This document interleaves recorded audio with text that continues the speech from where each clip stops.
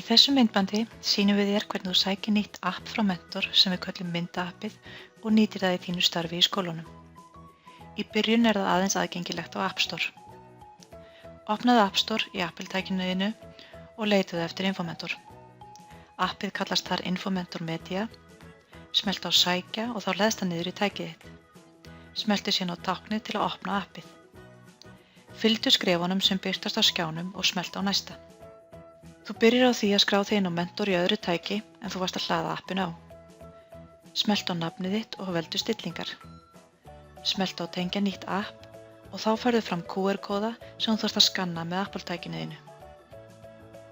Hér ég búin að skrá mig inn á Mentor. Ég smelli á nafnið mitt og vel stillingar. Í leikskólum smelli ég á táknið í hægra horninu og síðan stillingar. Ég smelli síðan á hnappinn tengja nýtt app. Þá fæ ég upp QR-kóðan sem ég skanna með tækinu mínu. Til að geta skannað QR-kóða á tækinu verð ég að samþykkja að appið fái aðgang að myndavélinni minni. Smelltu á OK og skannaðu QR-kóðan. Þú þarft að velja 4 stafa PIN-númer og slá það inn 2 svar. Smelltu á OK til að gefa appinu leyfi til að spila hljóð með myndböndunum þínum. Smelltu á OK til að gefa appinu aðgang að myndasafninu í tækinu þínu. Í framhaldinu færðu þetta viðmót. Nú myndavélin komin í gagnið og sjálfkrafa það bakmyndavélin sem virk en þú smellir hér til að snúa henni við. Hér í stillingum getur þú stillt hvort þú vilt að appið sé á íslensku, sænsku eða ensku og hvort myndum og myndböndum sé eingöngu hlaðið inn þegar þú ert á þráðlausu neti. Síðasti möguleikinn hér að fjarlægja aðganginn þinn úr tækinu. Ef það eru fleiri notendur sem nota þetta tæki og þú vilt skipta aðgang eða skrá nýjan það gert með því að smella á þetta tákn.